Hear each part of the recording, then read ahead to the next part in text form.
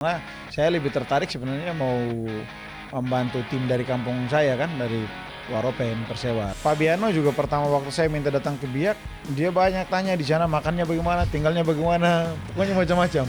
Kita nggak mau juga ikuti jejak Rans yang baru naik ke Liga 1 turun lagi. Apa serang dan mantan gelandang bertahan ada Robertino. Terus kalau misalnya winger ada Eli, ada Errol.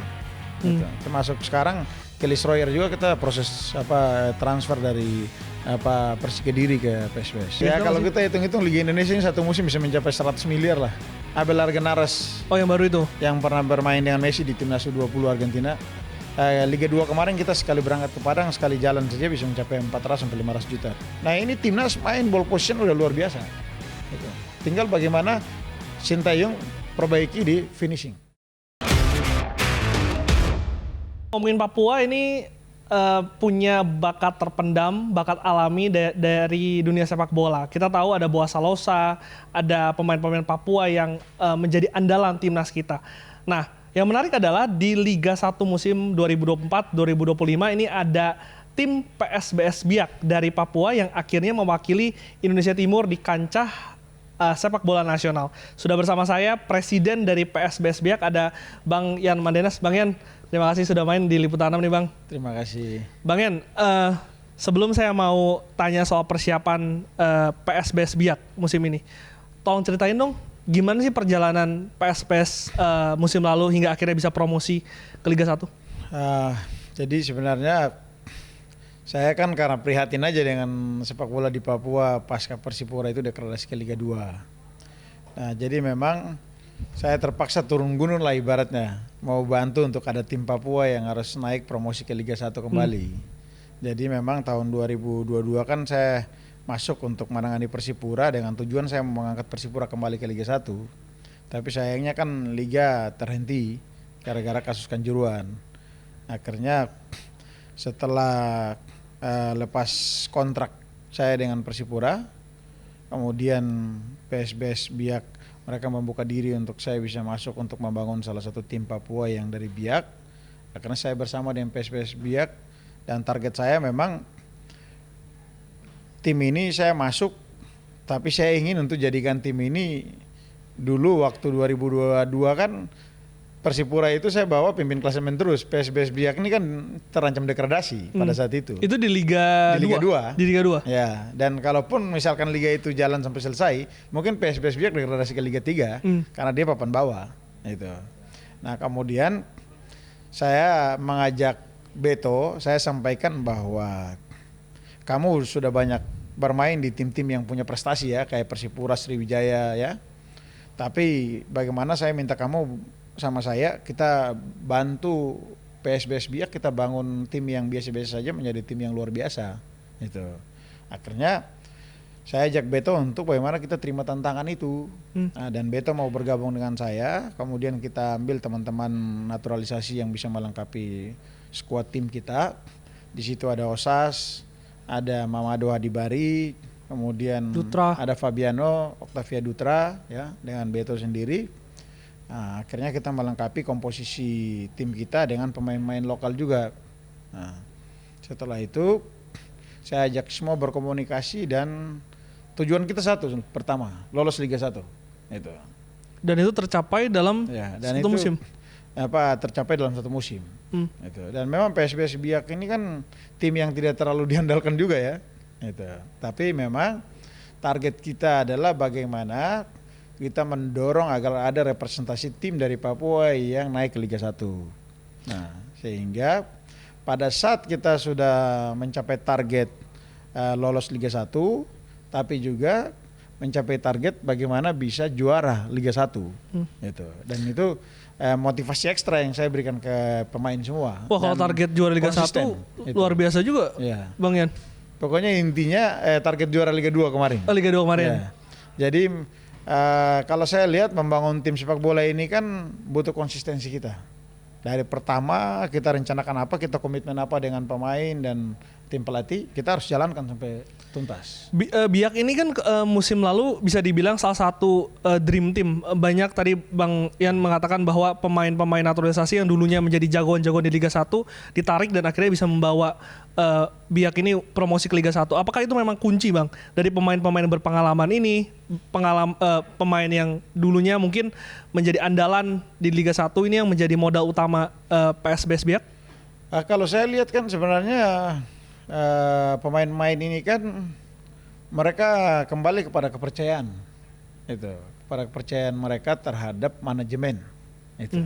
Siapa orang yang saya berhadapan nanti dan yang saya percaya di dalam tim ini untuk bisa mengakomodasi kepentingan pemain itu. Jadi mereka juga lihat, jadi bukan sekedar tim itu. Nah, karena tim sekelas PSBS yang nggak punya nama, ya kita bisa menggait banyak sekali pemain-pemain yang punya nama besar di Liga Indonesia, kemudian datang bermain di Biak. Awalnya mereka bertanya-tanya, ini di Biak itu seperti apa main di sana? Karena Biak ini kan maksudnya bukan tim yang sering ke Liga 1 ya Bang? Iya, kalau dibilang ya 60 tahun baru mereka bisa lolos ke Liga 1 ya. Jadi perjuangannya juga cukup panjang sebenarnya kalau lihat tim ini. Tapi ya kalau saya sih anggap bahwa memang saya punya target, jadi kalau tim ini lolos Liga 1 dan juara ya memang itu tujuan saya utama untuk bangun tim ini. Kalau pemain itu bertanya-tanya kalau Bang Ian ketika ditawari pertama kali untuk bisa gabung PSBS bertanya-tanya juga nggak? Waktu pertama kali kan sebenarnya saya masih belum pasti juga itu untuk ke PSBS, karena saya lebih tertarik sebenarnya mau membantu tim dari kampung saya kan, dari Waropen Persewar. Oh, Persewar. Liga 2 itu. Yang kemarin Boa Salosa main di situ, kemudian Edward Rifakelam pelatihnya kan. Nah, tapi karena Biak itu lebih cepat untuk berkomunikasi dengan saya, ya sudah saya pikir yang penting ada tim Papua lah yang kita persiapkan. Nah, setelah itu kita coba membangun Biak dan meyakinkan pemain-pemain untuk datang itu. Gimana tuh Bang cara yakinin? Fabiano juga pertama waktu saya minta datang ke Biak, dia banyak tanya di sana makannya bagaimana, tinggalnya bagaimana, pokoknya macam-macam. Karena Fabiano tuh belum pernah main di Papua. Belum pernah main di Papua. Nah, dia lebih memilih waktu awal lebih memilih ke Gresik ketimbang ke kita. Itu. Tapi saya yakinkan dia berulang kali, ya. Kemudian saya beranikan diri untuk merespon apa semua permintaan dia, ya. Akhirnya dia mau juga datang. Itu. Jawabannya apa tuh Bang? Ketika di Biak itu seperti apa? Mungkin juga banyak penonton dari Liputan 6 yang belum kebayang nih. Biak tuh seperti apa sih Bang? Ya ketika pemain-pemain ini mereka datang ke Biak, main di Biak, ya mereka nyaman semua. Mereka bilang wah ini kota kecil tapi enak ya. Karena Biak memang kota kepulauan begitu. Di situ banyak gugusan pulau-pulau kecil ya dan pulau-pulau terluar yang bisa dijadikan spot-spot wisata. Jadi pemain-pemain juga mereka tertarik, apalagi untuk wisata diving ya, kemudian wisata pantai, terus ada juga air terjun, ada juga telaga biru ya, ya memang semua masih alami. Alamnya itu yang menjadi daya tarik ya. Kalau untuk sepak bolanya euforianya sendiri seperti apa Bang ya? Euforia masyarakatnya luar biasa di sana. Ya, karena kita kalau main bola masyarakatnya itu dari mana-mana pun mereka bisa datang pakai trek, pakai apa saja yang bisa mereka sampai ke kota. Euforianya tinggi, cuma ya itu sarana prasarananya yang minim. Itu. Kalau gudang sepak bola ya Biak salah satunya ya. Setelah Jayapura, karena banyak sekali pemain-pemain Jayapura, Persipura dari dulu sampai sekarang ya. Itu anak-anak dari Biak juga. Itu. Seperti misalkan ada Ramai Rumaki, itu dari Biak. Ramai Rumaki itu dari Biak. Ya, terus Kelly Schroyer kan dari Biak juga. Nah, jadi banyak sekali pemain-pemain Papua yang dari Biak yang selama ini sudah cukup banyak memberikan kontribusi buat timnas, tapi juga bermain di tim-tim Liga 1. Tampaknya kalau saya lihat dari sisi persiapan ya Bang Ian, PSBS ini menjadi salah satu tim yang cukup serius menjelang kick-off Liga 1, karena kalau nggak salah dari sebulan lalu ini sudah melakukan tes, bahkan tim pertama yang mengumpulkan tim gitu. Kenapa ini dilakukan dan juga kenapa memilih Bali untuk bisa menjadi lokasi TC dari para pemain? Pertama, Bali ini memang waktu Liga 2 kita TC di situ juga dan pemain-pemain lebih fokus. Gitu. Terus Bali kan juga kota kecil, itu. Terus fasilitas semua tersedia, ya kan? lapangan, hotel semua lebih dekat, semua kebutuhan gym dan lain sebagainya semua terpenuhi kita di sana. Jadi kita lebih memilih di Bali, terus delay waktunya kita juga nggak kayak Jakarta macet. Gitu. Kita cuman mungkin hanya 10 menit bisa sampai ke tempat gym, 50 meter jalan dari hotel ke lapangan latihan. Nah, itu. Jadi kita memilih Bali karena delay waktu di jalan tidak terlalu lama. Terus kemudian dari sisi kualitas udara. Di Bali kan kualitas udaranya lebih bagus. Pemain kan butuh oksigen yang cukup begitu. Vibes-nya lebih santai lah Bang ya. Sehingga memang kita memilih di Bali. Selain itu pemain kita kan latihan selain di lapangan, di gym, latihan juga di pantai.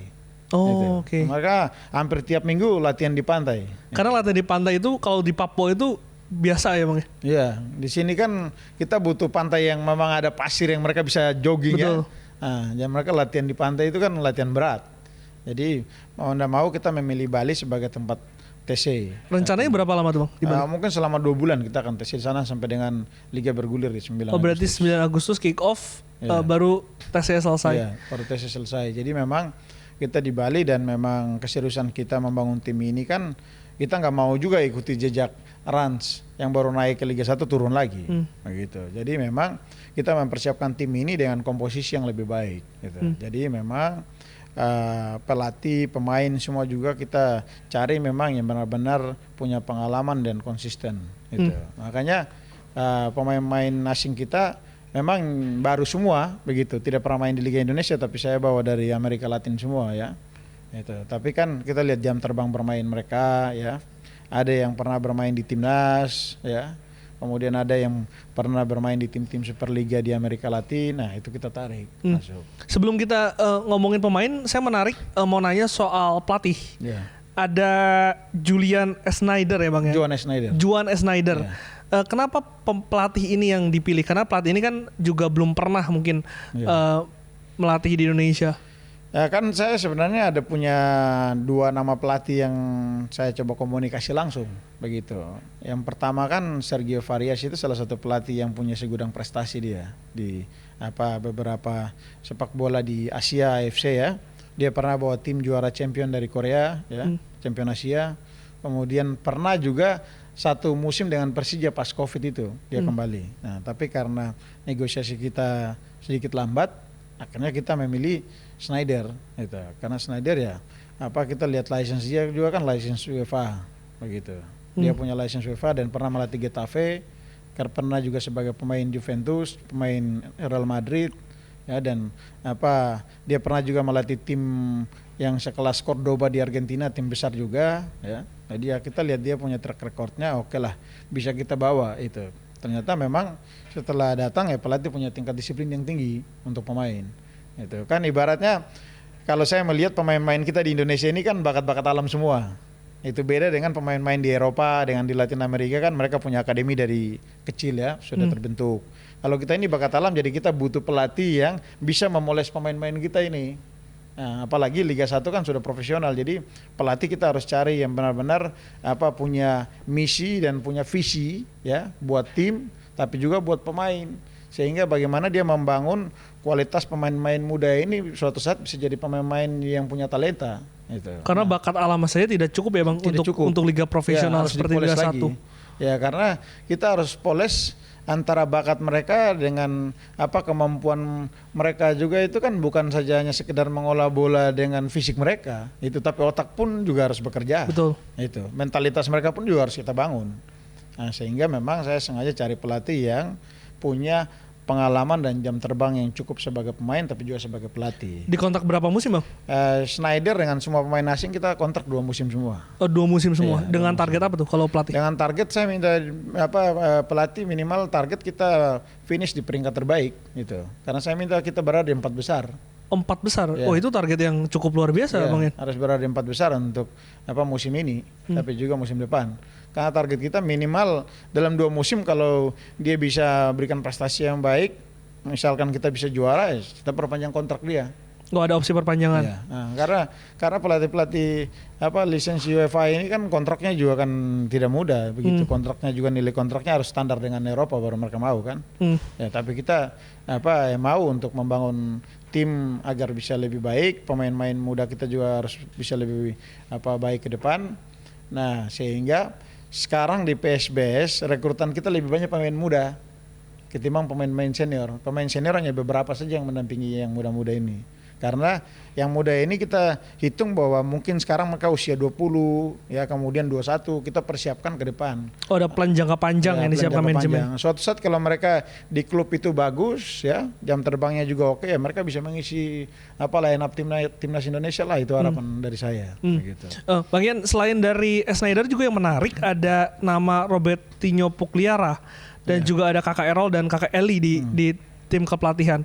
Apa peran dari pemain-pemain ini? Kita tahu pemain-pemain ini berkualitas, malang melintang di Liga 1 sejak dulu gitu. Nah, mereka kan masuk sebagai staf pelatih itu, dan tentunya semua perkembangan tim maupun pemain dan sebagainya kan, saya selalu minta mereka untuk berdiskusi dengan saya dengan pelatih. Sehingga kualitas pemain kita harus lihat bersama, ya, apalagi mereka punya pengalaman bermain, ya. Mereka tahu standar dan kualitas permain sepak bola di Indonesia bagaimana.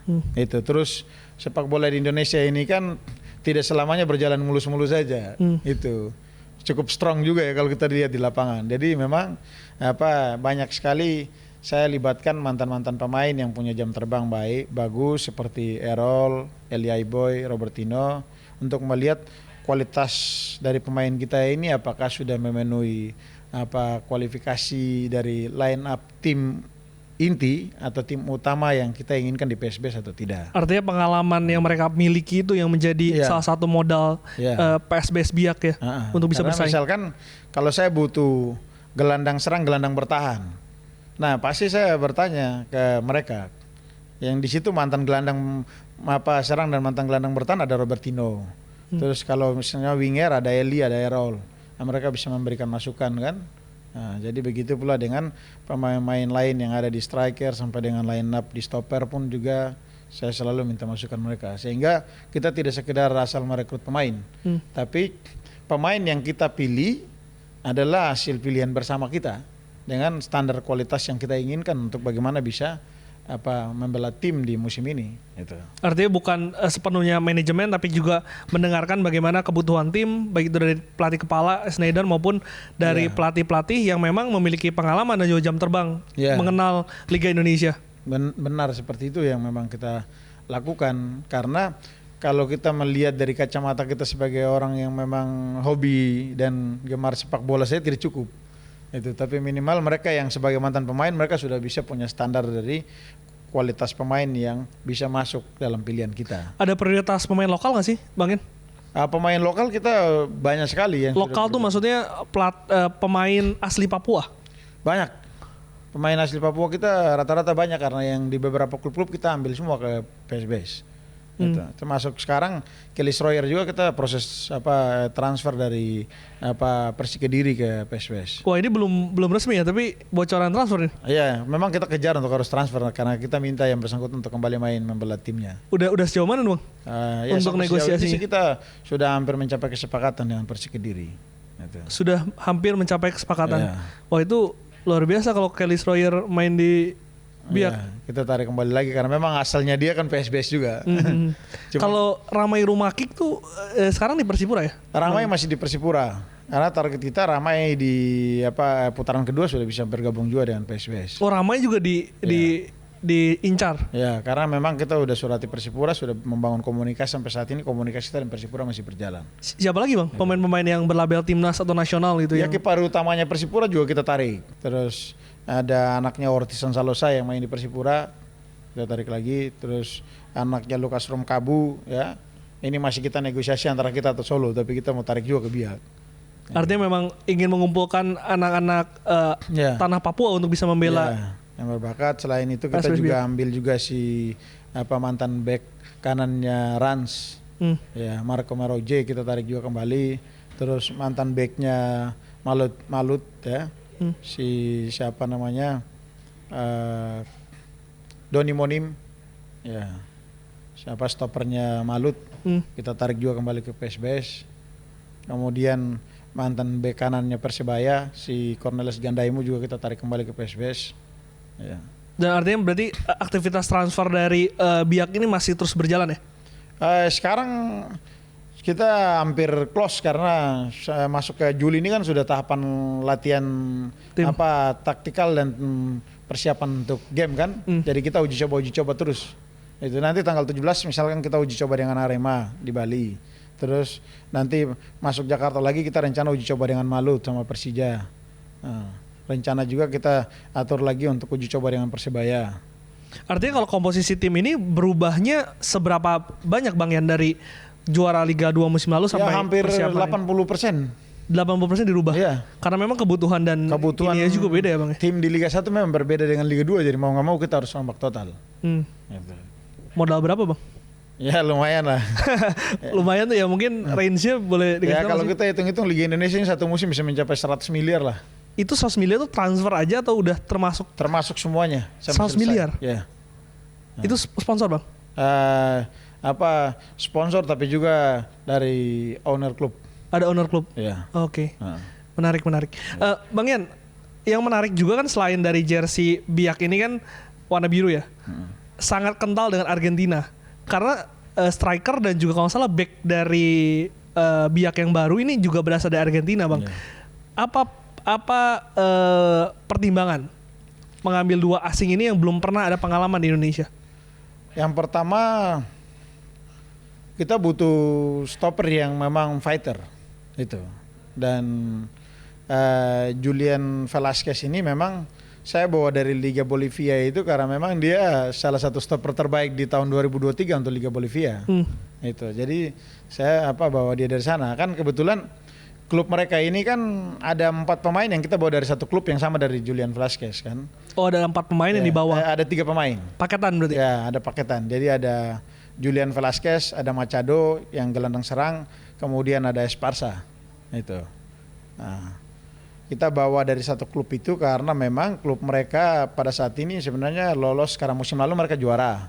Mereka lolos Copa America, tapi mereka juga ada masalah finansial di timnya. Nah, dan memang ada tunggakan pembayaran gaji yang tidak diselesaikan manajemen. Akhirnya kita negosiasi bagaimana kalau mereka ini kita tarik, nanti kita lanjutkan kontrak mereka.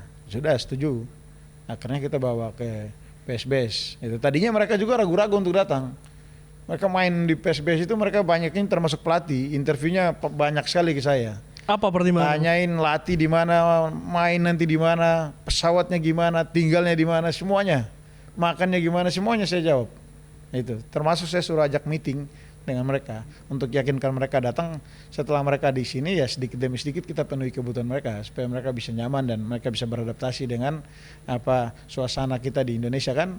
Nah, yang memang sedikit lambat itu masalah makanan aja. Mereka beradaptasi sampai sekarang belum bisa makan makanan Indo karena mereka tidak bisa, misalkan orang Indonesia suka makan makanan tuh pedas dan ini orang sana kan mereka nggak suka pedas ya, agak sedikit beda-beda ya, tapi lama-kelamaan mereka menyesuaikan juga sama seperti seperti striker kita si Alex. Awalnya saya bawa dari Brasil nggak bisa makan pedas, lama-lama makan pedas juga. Ke bawah ya Bang ya. Tapi apa sih Bang yang akhirnya menjadi senjata Bang ya untuk meyakinkan pemain-pemain ini untuk bisa gabung dengan Biak? Ya yang bisa meyakinkan mereka adalah mereka punya kontrak di klub sana berapa, kita negosiasi lebih tinggi. Duit? Ya, begitu nego mereka di sini lebih tinggi dan fasilitas. Setelah itu mereka mau, ya kita bawa ke sini. Artinya kepastian itu juga yang ditawarkan untuk para pemain ya Bang ya? Iya, benar. Bang Yan, saya mau nanya dong, ada beberapa pemain juga yang dilepas. Ada seperti Osa Saha, Dutra juga dilepas tadi Bang Yan katakan. Itu memang mulai pertimbangan pelatih Bang ya? Karena pelatih ini kan dia lebih kepada pemain-pemain muda soalnya. Oke. Pemain muda. Jadi memang kalau kita lihat materi latihan pelatih ini memang sedikit berat. Itu. Apalagi latihan pagi sore. Itu saya sendiri bandingkan latihan yang kemarin dengan latihan sekarang, ini yang sekarang lebih parah lagi, tingkat disiplinnya dan latihannya lebih parah, memang sangat berat. Dan pemain kita hampir setiap hari timbang berat badan, itu. Oh, dijaga, dijaga, makan mereka pun diatur, nggak bisa sembarang lagi. Itu sampai makan pun diatur, semua protein mereka pun juga kita atur.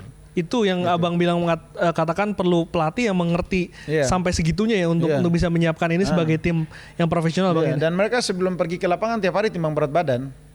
Ketahuan kalau makan di luar berat badan naik pasti. Itu mereka di dalam kontrak kita masukin denda.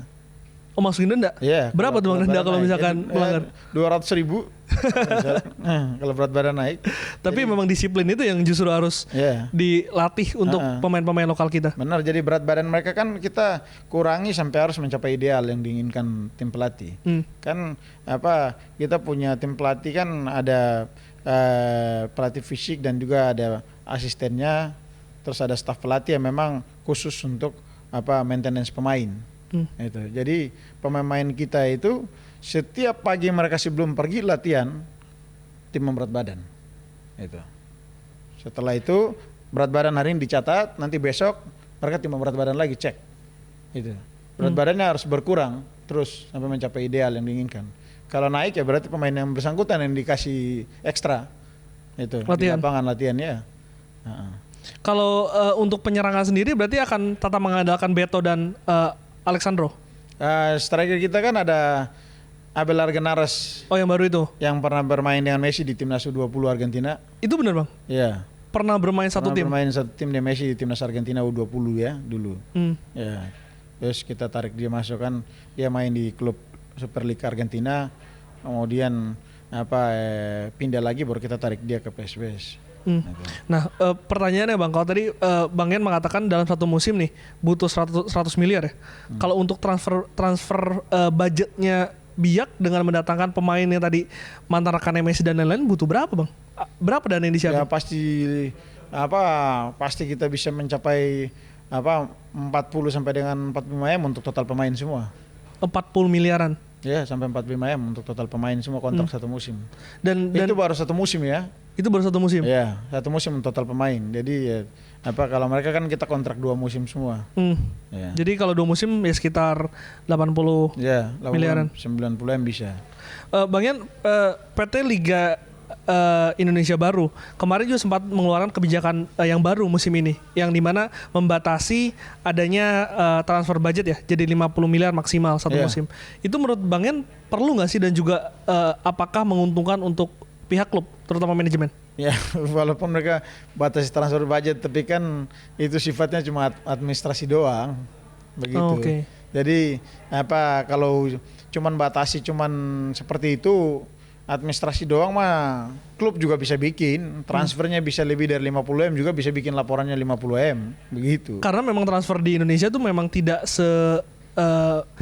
seterbuka di luar ya Bang ya? Iya, tidak terbuka di luar. Bedanya di situ. Nah, banyak juga klub-klub yang saya nggak tahu nih, kalau klub lama itu suka mengeluhkan adanya gaji pemain yang sangat tinggi, khususnya gaji pemain lokal. Kalau Biak merasakan itu nggak, Bang Yan?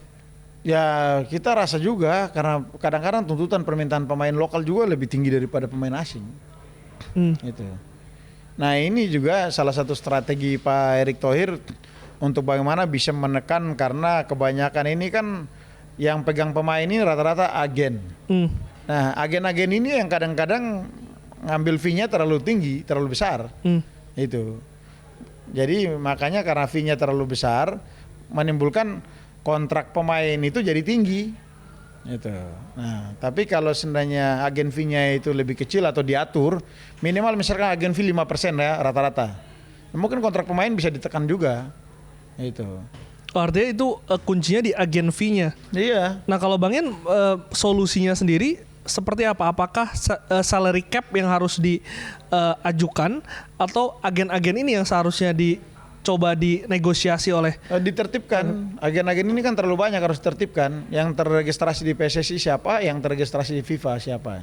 Tapi kan sekarang kita ada rujukan dari surat PSSI untuk menggunakan agen mana saja yang sudah terverifikasi di FIFA. Jadi kita pakai agen yang memang terdaftar di FIFA. Itu. Jadi semua pemain kita yang ada pun juga asing, juga kita pakai agen-agen yang terdaftar di FIFA maupun agen yang lokal. Kalau yang belum terdaftar di FIFA kita tidak pakai. Itu. Terkait dengan 8 pemain asing, Bang Yan, kemarin juga sempat menjadi perbincangan. Saya rasa mungkin kalau untuk klub-klub ini banyak yang sepakat dengan adanya kebijakan ini. Kalau Bang Yan sendiri melihat kebijakan 8 pemain asing seperti apa? Ya, kalau saya untuk kedepannya ya, untuk meningkatkan kualitas liga kita butuh itu. Dan saya merasa bahwa itu perlu ya.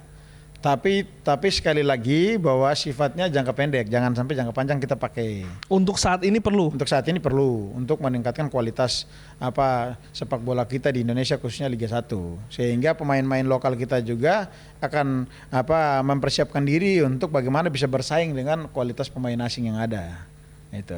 Tapi ya untuk ke depan mungkin kita harus minimalisir lagi sehingga kuota untuk pemain lokal itu mereka punya jam bermain pun bisa lebih banyak. Itu. Kalau kita misalkan 5+1 yang main kan, 1 Asia, 5 asing yang main misalkan di dalam lapangan. Nah, otomatis kan hitung yang lokal cuma 5. Betul. Ya.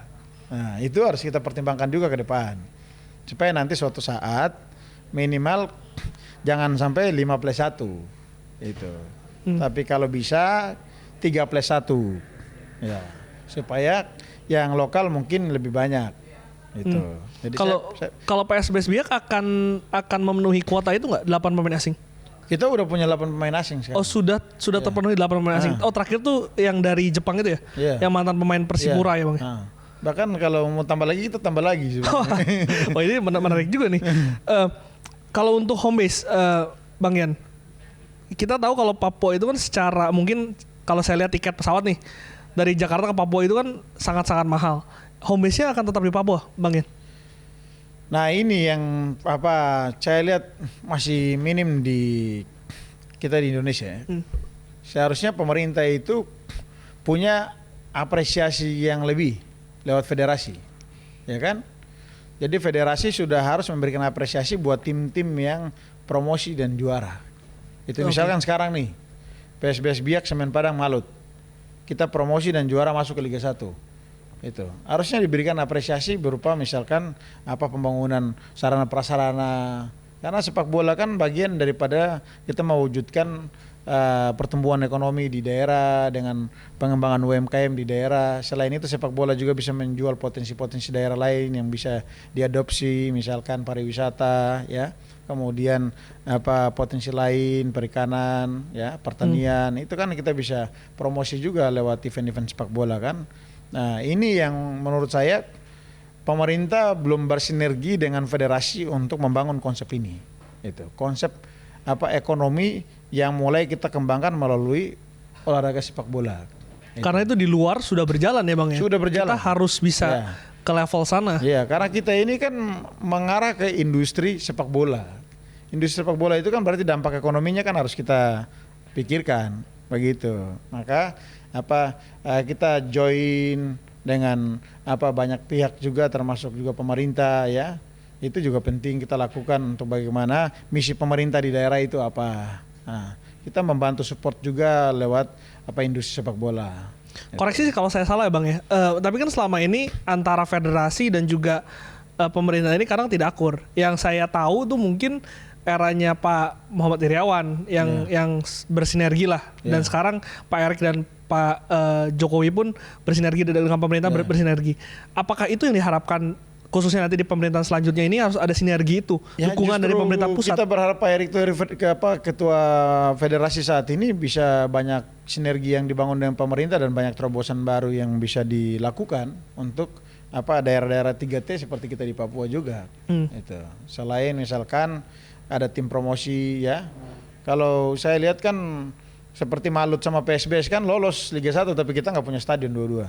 Nah itu. Kita punya lapangan tapi nggak punya stadion yang bagus. Itu. Nah, bagaimana kita bisa mendapat apresiasi dan dukungan dari pemerintah untuk misalkan membangun lapangan dan stadion yang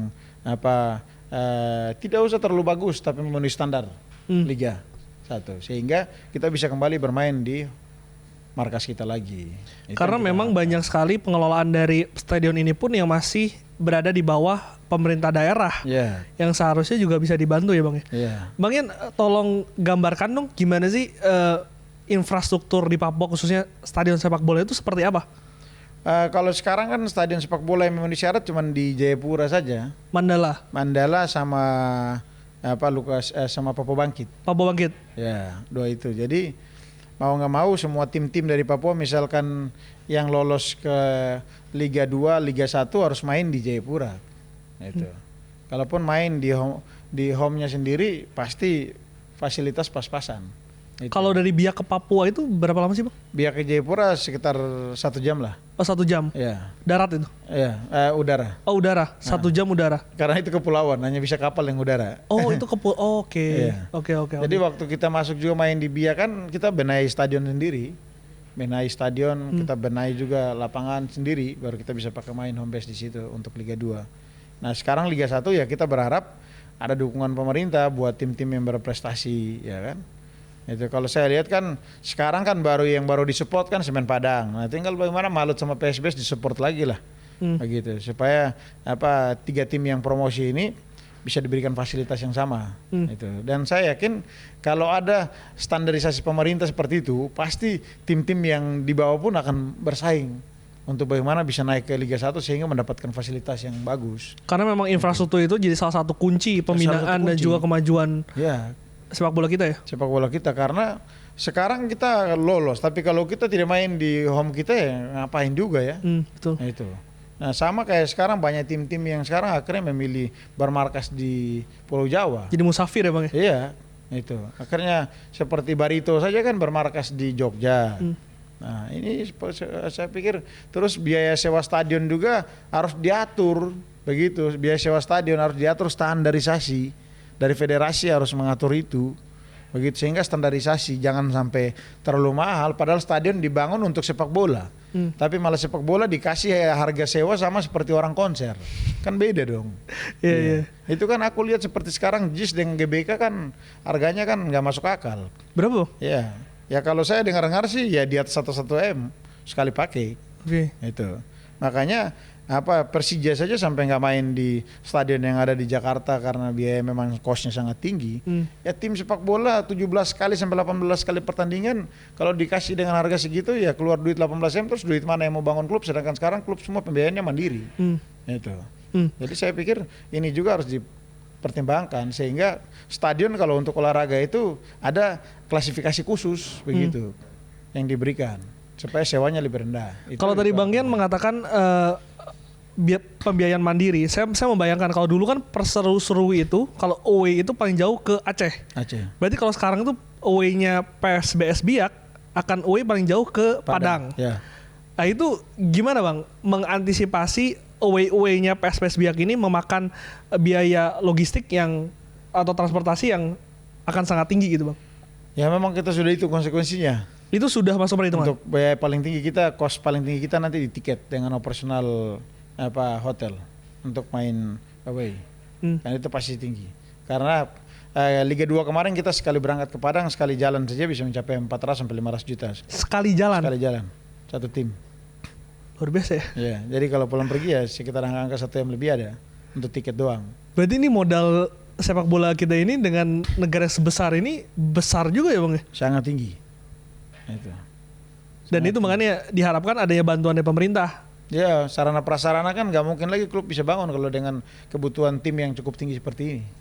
Itu. Kita mau bangun dengan duit mana lagi yang kita mau bangun itu. Sedangkan sarana prasarana kita bangun di sana biaya materialnya tinggi kan. Ya, itu sekelas Stadion Lukas NMB. Waktu saya masih menjabat ketua komisi 5 di DPR provinsi untuk bangun Stadion Lukas NMB kan kita habiskan anggaran 1,3 T. Itu. Stadion Papua Bangkit 1,3 T kita habiskan uang untuk bangun stadion itu. Kalau kita bandingkan misalkan bangun stadion di Bandung mungkin sekitar 800 miliar aja bisa habis. Kan? Di sana kan ada ekstra lagi karena materialnya memang mahal dan biaya angkutan. Itu jadi bisa kita ekstra 500 sampai 600 miliar tambahan. Itu. Nah saya pikir kos-kos seperti begini memang harus diperhitungkan. Gitu. Oke, Bang Ian, saya mau nanya soal lisensi klub. Karena kalau nggak salah PSBS Biak itu masih termasuk 10 klub yang belum lolos ininya. Apa yang sebenarnya Bang yang masih membuat belum lolos ini? Ya memang salah satunya kita itu ya masalah home base kita ya. Ya kan home base kita juga kan sekarang kan kita udah tetapkan di Jayapura, tapi tahapan negosiasi kita dan pemerintah kan harus masuk ke tahapan PKS, penandatanganan kerjasama dulu kan, perjanjian kerjasama. Setelah itu baru kita bisa masukkan dalam administrasi untuk klub license. Itu kemudian syarat yang berikut kan EPA. EPA kita bentuk kan tentunya kita inginkan untuk pemain-pemain muda dari Papua kan banyak kita orbitkan juga. Itu. Sehingga memang EPA ini kita sementara lagi jajak kerjasama dengan Papua Football Academy untuk bisa join dengan PSBS. Itu. Kerjasamanya akan dalam bentuk apa? Ya kerjasama Supply pemain? dalam bentuk supply pemain. Jadi misalkan kita bentuk U14, U16, U18, U20. Tapi kita masukin di Papua Football Academy. Nanti mereka udah siap untuk kita orbitkan ke PSBS, baru kita rekrut ke PSBS. Tapi kan tentunya PSBS juga akan membentuk lagi tim Liga 2 lagi kita. Artinya ini perencanaannya cukup panjang nggak Bang ya? Cukup panjang. Artinya akan sangat serius dong untuk bisa bertahan di Liga 1? Pasti, karena saya pikir syarat klub Liga 1 sekarang tidak semudah dulu ya. Itu. Dan sekarang memang pembiayaannya cukup tinggi ya. Selain kita biayai tim di Liga 1, biayai EPA juga. Jadi memang ada plus minusnya. Sehingga sekarang kalau kita lihat sekelas yang tren positif Bali United yang awal-awalnya naik itu sekarang lagi drop juga. Iya. Itu, lagi drop juga karena masalah keuangan juga. Itu. Karena apa? Market sepak bola kita di Indonesia ya, di luar Pulau Jawa itu tidak terlalu bagus. Itu. Tidak seberapa besar. Apa tuh faktornya tuh apa? Penonton atau apa yang paling hak siar atau seperti apa? Pendapatan masyarakat juga kan berpengaruh. Oke. Jadi kalau pendapatan masyarakatnya itu misalkan apa per bulan hanya rata-rata di angka 4 sampai 5 jutaan ya, mempengaruhi juga. Itu. Nah, sedangkan kalau di Jakarta kan dan di Pulau Jawa kan ekonominya sudah lebih baik. Itu. Perputaran uang lebih besar, kalau daerah kan perputaran uang kecil. Jadi itu pengaruh sekali. Nah, sehingga memang kalau untuk market sepak bola di Papua ya tidak terlalu tinggi. Solusinya apa tuh Bang? Ya solusinya mau nggak mau kita butuh support dari Pemda, ya? semua pihak yang berpartisipasi di Papua, itu khususnya swasta. Itu karena kalau kita berharap market value saja dari sepak bola saja belum bisa memenuhi kebutuhan tim atau klub. Itu. Kalau sponsor banyak Bang yang untuk musim depan? Ya kalau sponsor sampai musim ini syukur-syukur masih konsisten, kita komunikasi dengan Freeport dan Bank Papua masih berlanjut. Freeport yang mendanai gitu. Ya, jadi Freeport, Bank Papua sama Nusa Tuna kan. Kita 3 sponsor yang dari Liga 2 tetap naik, termasuk Kopi ABC. Oh, termasuk Kopi ABC. Ya. Oke. Bang Yan, ini soal di luar PSBS Biak. Saya mau nanya soal sepak bola di Papua. Apa sih Bang yang sebenarnya terjadi? Karena jujur kalau dulu saya nonton Liga Indonesia kan 2007, 2008 itu zaman-zamannya Persipura jaya-jayanya lah. Juara, bahkan sekarang tim paling banyak gelar juara Liga 1 setelah ada gitu Bang. Apa yang sebenarnya terjadi dengan sepak bola Papua? Ya sebenarnya kembali lagi ke perubahan regulasi ya. Perubahan regulasi, kemudian pembiayaan tim yang atau klub yang sudah lebih mandiri ya, karena konsepnya sekarang membangun sepak bola Indonesia ini kan ke arah industri sepak bola, sehingga tidak seperti dulu yang masih bergantung kepada subsidi Pemda. Itu salah satu yang memberatkan sehingga Persipura itu mengalami krisis keuangan. Dan saya pikir kalau seandainya Persipura dan tim-tim sepak bola di Papua itu bisa melakukan kolaborasi seperti apa yang saya lakukan di PSBS Biak, pasti mereka akan keluar dari masalah keuangan. Yang penting jangan membangun konsep sepak bola dengan pola lama yang sering kita pakai pada saat masih mendapatkan dukungan subsidi dari APBD. Tapi bagaimana kita harus berkolaborasi ya dengan teman-teman dari pihak swasta yang memang ingin untuk investasi di sepak bola. Artinya pembiayaan yang menjadi masalah utama. Pembiayaan masih masalah utama. Karena main di Papua itu kan kembali lagi saya tadi bilang kos yang paling tinggi transportasi. Dan itu kalau dulu disokong oleh dana dari daerah, kalau sekarang harus bergerilya mencari sumber dana ya Bang. Mencari sumber dana sendiri. Menjual kalau Persipura sebetulnya klub besar Bang. Menjual nama Persipura memang masih sesulit itu? Ya kalau tim di Liga 2 kan memang agak sulit. Kalau Liga 1 mungkin masih lebih mudah begitu. Dan saya pikir sponsor juga ini kan kembali kepada prestasi, target. Itu kepercayaan. Nah, kepercayaan sponsor kepada klub, kepada manajemen, ya. Kemudian target prestasinya, apalagi kalau sudah prestasi harus kita mampu pertahankan prestasi itu. Nah, sehingga tidak menimbulkan kepercayaan pihak sponsor jadi menurun, akhirnya mereka beralih untuk tim-tim yang memang mereka anggap bahwa bisa bisa menjadi branding mereka juga kan. Itu. Bang Yan, kalau sedikit boleh cerita, tadi Bang Yan bilang juga pernah ada pengalaman di Persipura. Persipura ini kan secara regenerasi ini kan terus berjalan ya.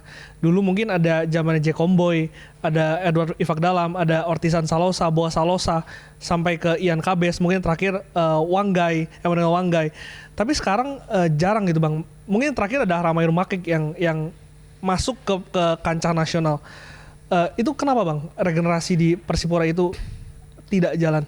Karena kembali lagi mengurusi bola ini kan harus perlu regenerasi, bukan saja di klub-klub dengan pemain, tapi manajemen juga harus regenerasi. Itu mulai dari KONI, ya, federasi di daerah, ya, Asprof itu harus regenerasi semua kepengurusannya baru bisa.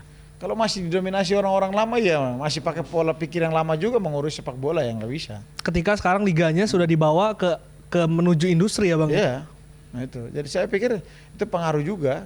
Itu.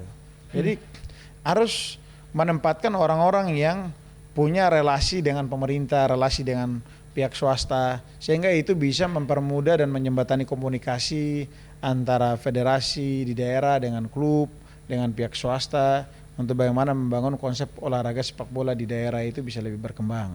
Nah, kalau itu mereka tidak lakukan, ya pasti stuck dan jalan di tempat seperti sekarang. Dan itu yang terjadi sekarang. Ini yang terjadi. Itu. Padahal bibit-bibit sepak bola di Papua dari waktu ke waktu banyak sekali. Itu. Akhirnya anak-anak sekarang yang main sepak bola di Papua itu kan berkembang sendiri. Itu, keluar. Tidak di-manage ya Bang? Tidak di-manage sama sekali. Itu. Walaupun liga-liga di tingkat lokal banyak dilakukan. Tapi pemain itu kan kita nggak tahu muaranya kemana mereka nanti. Artinya memang bibit-bibit itu sebetulnya sampai sekarang pun ada. The next Boa Salosa dan lain-lain. Cuma manajemen klubnya itu yang sekarang masih mungkin harus beradaptasi dengan kemajuan sekarang ya Bang ya. Jadi, untuk bisa menjadi muara pemain-pemain ini. Benar, kalau mereka tidak bisa berkolaborasi dengan pihak swasta, kemudian federasi dengan baik di daerah, ya kan federasi ini tugasnya sebagai fasilitator, ya, pihak swasta ini sebagai penyokong lah kalau kita bilang, ya. Klub itu sebagai manajemennya yang memanage pemain dan lain sebagainya. Nah, kalau tiga ini berkolaborasi dengan baik kan pasti pemain-pemain bisa kita orbitkan terus dari waktu ke waktu. Dan diharapkan PSBS Biak ini bisa menjadi muara setelah adanya Persipura kemarin Bang. Sekarang mau nggak mau karena PSBS cuma satu tim Papua jadi muara untuk semua pemain Papua sekarang. Jadi beban atau jadi gimana Bang? Nah, melihat sebenarnya tidak jadi beban ini, tapi akhirnya kita bingung untuk menampung. Untuk menampung. Karena bibit-bibit itu banyak ya Bang yang berpotensi. Karena pemainnya terlalu banyak dan slot kita terbatas. Itu. Karena ada pelatih yang suka melatih pemain bisa slot sampai dengan kuota 35 pemain, ya. Ada yang hanya mau cuma 28. Itu. Karena latih kalau terlalu banyak pemain juga, itu setelah saya melihat langsung di lapangan itu delay waktu latihan lebih lama. Tapi kalau pemain misalkan 28 sampai dengan 27 pemain, delay waktu latihan lebih pendek. Itu pengaruh. Nah, sehingga kadang-kadang kalau sudah masuk kepada taktik dan latih finishing dan lain sebagainya, pelatih pasti lebih memilih untuk pemain yang sudah benar-benar dipilih dalam line up yang dilatih, supaya tidak terlalu delay waktu yang banyak pada saat latihan. Jadi mereka bisa lebih maksimal. Oke. Bang Yan, kita ke timnas sedikit. Saya pengen tahu dong pandangan Bang Yan soal timnas di bawah era STI ini seperti apa? Kalau saya lihat timnas di era STY, ya, semua permainan perkembangannya bagus, ya, karena banyak pemain naturalisasi yang kita rekrut. Tapi kembali lagi bahwa beberapa waktu lalu saya sudah soroti bahwa naturalisasi ini jangan dijadikan sebagai trending, itu. Tapi ibaratnya trending masa kini lah. Tapi kalau bisa pemain naturalisasi ini hanya sebagai motivasi kita untuk bangkitkan sepak bola kita dengan talenta-talenta pemain lokal yang punya kualitas. Itu. Pemacu ya Bang ya? Saya pikir pemain lokal kita tidak kalah Marcelino, tidak kalah Ferrari, tidak kalah Rido, bagus-bagus. Yance. Iya, yang Sayori. Cuma ini kembali kepada jam bermain. Pemain kalau sering punya jam bermain, mental dia semakin bagus, fighter dia semakin bagus di finishing. Itu. Jadi sebenarnya pemain naturalisasi dan lokal kualitasnya sama. Itu. Kalau saya lihat begitu, tidak beda jauh. Cuma kembali kepada faktor disiplin dan makan. Itu. Mereka latih dengan porsi latihan yang seperti ini, itu porsi makan mereka dengan protein yang sekian kita harus siapkan. Begitu. Itu kan harusnya ada dokter gizi yang kita siapkan untuk bagaimana asupan gizi buat pemain itu kita support full gitu. Jadi sebenarnya kalau saya lihat posisi timnas kita hari ini sudah cukup baik ya. Tapi kembali lagi, kalau saya selalu soroti timnas Indonesia itu di finishing akhir. Striker kita harus tambah. Makanya itu perlu buah salosa selanjutnya dari tanah Papua. Striker yang bagus. Itu karena saya lihat main bagus sekali. Itu. Kadang-kadang ball position kita bisa kuasai. Itu. Bahkan ketika melawan tim-tim besar. Iya, tim-tim besar ball position kita kuasai, tapi finishing kita kadang-kadang tidak maksimal. Dan itu banyak peluang yang terbuang. Nah, kalau kemarin saya bawa PSBS bisa masuk juara, doktrin saya kepada pemain, yang kalian main bukan ball position yang saya butuh. Yang saya butuh adalah hasil akhir. Cetak gol. Iya. Jadi saya butuh kalian main mengolah bola dari belakang dengan supaya sampai di depan. 1-2 peluang maksimalkan harus menghasilkan gol. Itu baru bermain bola. Tapi kalau ball position kalian main misalnya 70%, tapi selesai di akhir dengan kalian kalah, sama aja. Orang butuh hasil akhir, ya untuk apa? Itu. Nah, doktrin itu kemarin saya pakai di PSBS dan kita berhasil bisa juara. Karena hasil akhir yang kita butuh. Itu. Nah ini timnas main ball position udah luar biasa. Itu. Tinggal bagaimana Sintayong perbaiki di finishing. Itu. Finishing kita harus ada punya striker murni yang benar-benar bisa maksimal untuk membantu si strike. Itu. Karena saya pikir strike sudah bagus, tinggal tambah satu striker murni lagi yang tajam lagi. Yang memang goal getter ya, yang memang jadi predator. Jadi kalau mau naturalisasi, sekalian naturalisasi striker yang bagus kasih masuk timnas itu oke. Begitu. Jangan naturalisasi gelandang lagi sama stopper-stopper dengan back, jangan. Kalau stopper dengan back, kita juga punya anak-anak pemain lokal juga bagus, sekelas Rido saja bagus, itu. Oke. Jadi saya pikir mungkin itu PR buat Sintayong, tapi juga catatan saya kiper timnas kita harus dievaluasi karena banyak blunder di kiper. Dan sekarang kan sudah menunggu Martin Paes untuk masuk. Dan saya pikir harus segera diganti kiper. Saya udah kasih masukan juga lewat teman-teman di PSSI. Saya nggak bisa itu harus dibenahi kipernya, lini depan dibenahi, kipernya juga harus segera ganti. Supaya benar-benar jangan sampai ada blunder lagi seperti beberapa kali kita main. Karena ini kita main sudah bukan uji coba lagi, sudah game. Jadi kita harus siap betul. Oke, terakhir Bang Yan, untuk menjelang 9 Agustus akan menghadapi Persib Bandung nih. Tantangan pertama biak di Liga 1 melawan juara bertahan. Apa targetnya? Ya targetnya kita menang lah lawan Persib Bandung. Kita fight habis-habisan. Itu. Pokoknya saya udah bilang pemain bahwa tidak ada kata menyerah dan kalah. Itu. 2 kali 45 menit harus fight dan harus bisa menang. Itu. Karena kita tunjukkan bahwa kita tim Liga 2 yang baru promosi Liga 1 tapi kita mampu. Begitu. Minimal paling terburuk draw. Itu. Tapi tidak kalah di kandang Bandung. Tidak kalah di kandang Bandung. Iya. Untuk Liga 1 targetnya? Dan Liga 1 target kita tetap masuk 4 besar. Dan kalau kita bisa mencapai target 4 besar ya minimal kita bisa menunjukkan bahwa kita sebagai salah satu tim promosi yang bisa eksis juga di Liga 1. Itu. Dan memang kita punya ambisi untuk juara itu pasti ada. Ambisi juara itu pasti ada. Oke, artinya ambisi juara minimal 4 besar dan juga tadi tidak kalah di Bandung. Kita nantikan 9 Agustus di Liga 1. Terima kasih Bang Yan. Terima kasih. Sudah ngobrol-ngobrol di Liputan 6 Sport. Buat kalian yang sudah menyimak dialog ini, jangan lupa untuk subscribe, likes dan juga komen di YouTube Liputan 6. Dan juga kalau Anda pengen nih kira-kira siapa bintang tamu yang diundang ke podcast ini bisa tulis di kolom komentar. Saya Glenn Joshua, salam CTV.